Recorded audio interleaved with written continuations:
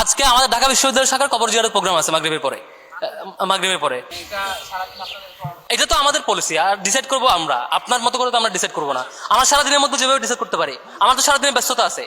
আমাদের ডাকসু যেহেতু class time ছিল, ক্লাস টাইমে শিক্ষার্থীরা ক্লাস করেছে, এখন আসরের পরে এখানে প্রেস কনফারেন্স ছিল, আমাকে সবার অংশগ্রহণ মাথায় রেখে আমাকে ডিসাইড করতে হবে। আমার পলিসি আমাকে নিতে দেন।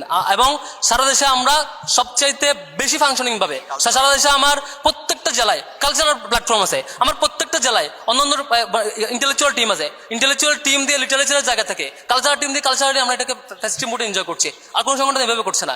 নিশ্চয়ই কোয়েশ্চেনের ফ্রেমিংটা মানে নিরাপদভাবে এবং সমান মাপে হওয়া উচিত। ডাকসু আকাশ থেকে আইসা এই বছর নতুন করে হচ্ছে না, বহু বছর ডাকসু হয়েছে। প্রত্যেক বছর ডাকসুর হিস্ট্রি দেখবেন এই নীতিমালা মেনেই করা হয়েছে, কখনো এটা ব্রেক হয় নাই। আমরা এই নীতিমালার মধ্য থেকে করেছি, কিন্তু এখন যেটা গায়েবী নাজিল হয়েছে সেটা হচ্ছে গায়েবী নাজিল হতে থাকবে।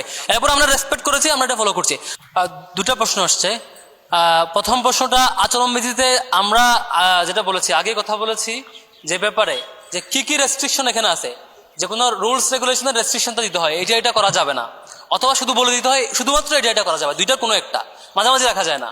সেই জন্য ওনাদের কনসার্ন ছিল বিশ্ববিদ্যালয়ের স্থাপনা যাতে ক্ষতি না হয়, দ্বিতীয় কনসার্ন হচ্ছে কালার প্রিন্ট যাতে না হয়, এটা ছিল মেইন কনসার্ন। তো আমরা বলেছি আমরা তাইলে যদি কোনো স্থাপনায় না লাগাই, গাম দিয়ে কোনো বিল্ডিং এ না লাগাই, কোনো গাছে না লাগাই, আমরা আলাদা ফ্রেম দিয়ে করলে সমস্যা আছে কিনা, তখন প্রধান নির্বাচন কমিশনার স্পষ্টত আমাকে বলেছে কোনো সমস্যা নাই, অনুমতি নিয়ে বলছে আচরণবিধির রেস্ট্রিকশনে তোমরা করতে পারবা। তারপর আমরা করেছি। আপনি নত জিজ্ঞেস করে দিয়েন, একাধিকবার জিজ্ঞেস করা হয়েছে, দেখুন আপনি জিজ্ঞেস করবেন। দেখুন কেমিক্যাল কি জন্য ব্যবহার করা যায় না, আপনি যখন লিফলেট ব্যবহার করবেন তখনও তো কেমিক্যাল দিয়েই সেই লিফলেটটা ছাপাতে হবে, সেটার আওতায় আসবে না লিফলেট। আমি বলি কেমিক্যালের ব্যাপারটা আসছে তখন যখন আপনি বিশ্ববিদ্যালয়ের ক্যাম্পাসে কোনো স্থাপনায় কোনো দেয়ালে যখন আপনি কেমিক্যালটা ব্যবহার করবেন সেটা পলেস্টারে খসে যাবে। না না না শুনেন, আমি সেটাই বলছি, সেখানে যেটা লেখা আছে সেটার ব্যাখ্যা হচ্ছে এরকম।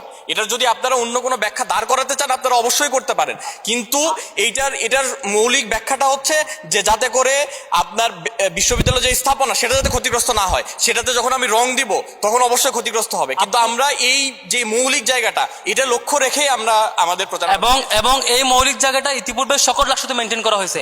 ডাকসু আকাশ থেকে আইসা এই বছর নতুন করে হচ্ছে না, বহু বছর ডাকসু হয়েছে। প্রত্যেক বছর ডাকসুর হিস্ট্রি দেখবেন এই নীতিমালা মেনেই করা হয়েছে, কখনো এটা ব্রেক হয় নাই। আমরা এই নীতিমালার মধ্য থেকে করেছি, কিন্তু এখন যেটা গায়েবী নাজিল হয়েছে সেটা হচ্ছে গায়েবী নাজিল হতে থাকবে।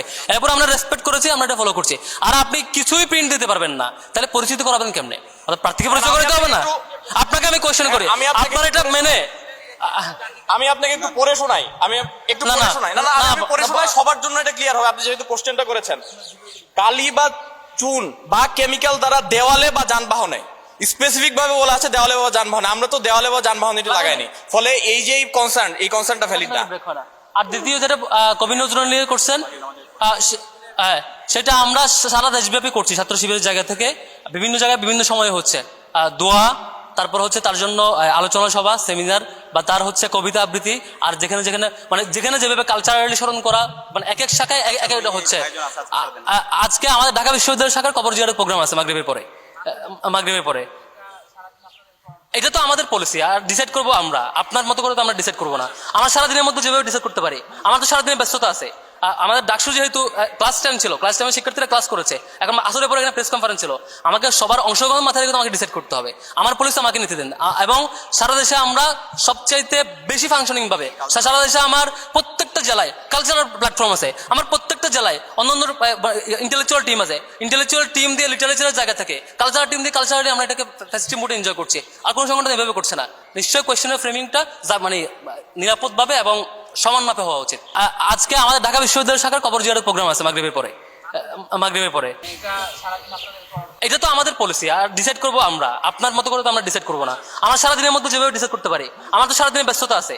আমাদের ডাকসু যেহেতু ক্লাস টাইম ছিল, ক্লাস টাইমে শিক্ষার্থীরা ক্লাস করেছে, এখন আসরের পরে এখানে প্রেস কনফারেন্স ছিল, আমাকে সবার অংশগ্রহণ মাথায় রেখে আমাকে ডিসাইড করতে হবে। আমার পলিসি আমাকে নিতে দেন।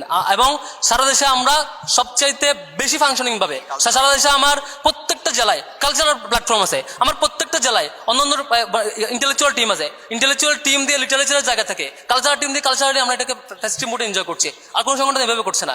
নিশ্চয়ই কোয়েশ্চেনের ফ্রেমিংটা মানে নিরাপদভাবে এবং সমান মাপে হওয়া উচিত। ডাকসু আকাশ থেকে আইসে এই বছর নতুন করে হচ্ছে না, বহু বছর ডাকসু হয়েছে। প্রত্যেক বছর ডাকসুর হিস্ট্রি দেখবেন এই নীতিমালা মেনেই করা হয়েছে, কখনো এটা ব্রেক হয় নাই। আমরা এই নীতিমালার মধ্য থেকে করেছি, কিন্তু এখন যেটা গায়েবী নাজিল হয়েছে সেটা হচ্ছে গায়েবী নাজিল হতে থাকবে। এরপর আমরা রেসপেক্ট করেছি, আমরা এটা ফলো করছি। দুটা প্রশ্ন আসছে। প্রথম প্রশ্নটা আচরণবিধিতে আমরা যেটা বলেছি, আগে কথা বলেছি যে ব্যাপারে যে কি কি রেস্ট্রিকশন এখানে আছে, যে কোনো রুলস রেগুলেশনের রেস্ট্রিকশনটা দিতে হয়, এটা করা যাবে না, অথবা শুধু বলে দিতে হয় শুধুমাত্র এটা করা যাবে, দুইটা কোনো একটা মাঝামাঝি রাখা যায় না। সেই জন্য ওনাদের কনসার্ন ছিল বিশ্ববিদ্যালয়ের স্থাপনা যাতে ক্ষতি না হয়, দ্বিতীয় কনসার্ন হচ্ছে কালার প্রিন্ট যাতে না হয়, এটা ছিল মেন কনসার্ন।